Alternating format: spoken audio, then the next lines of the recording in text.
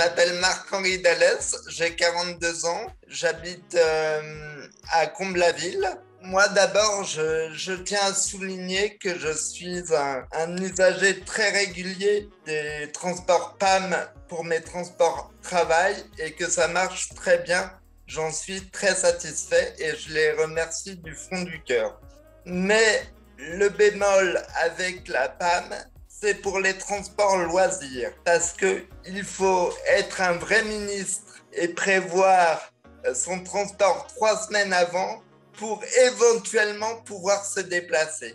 Et en plus, quand ils ont augmenté leurs tarifs, alors leur grand truc, c'est à partir de la 7e course. Cette course, ça fait 3 allers-retours. Qui dans un mois, prend sa voiture que 3 fois par mois? Enfin, c'est ridicule cette course. Et donc, je préfère me galérer en transport en commun que de prendre la PAM. Parce qu'avec la SNCF, ok, je me galère, mais je peux aller où je veux. Avec la SNCF, moi, je préfère toujours réserver mon transport parce que en réservant mon transport, ils sont obligés de te garantir le trajet. Alors que si tu te présentes en spontané, ils sont pas obligés de garantir le trajet ou alors ça va prendre beaucoup plus de temps.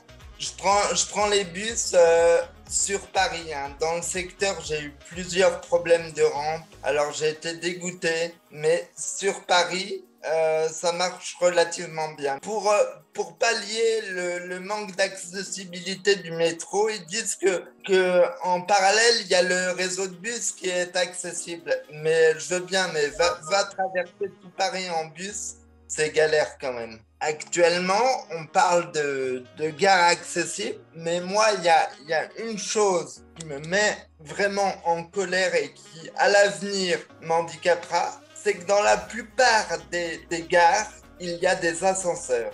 Alors, les ascenseurs, c'est bien, mais ça tombe en panne.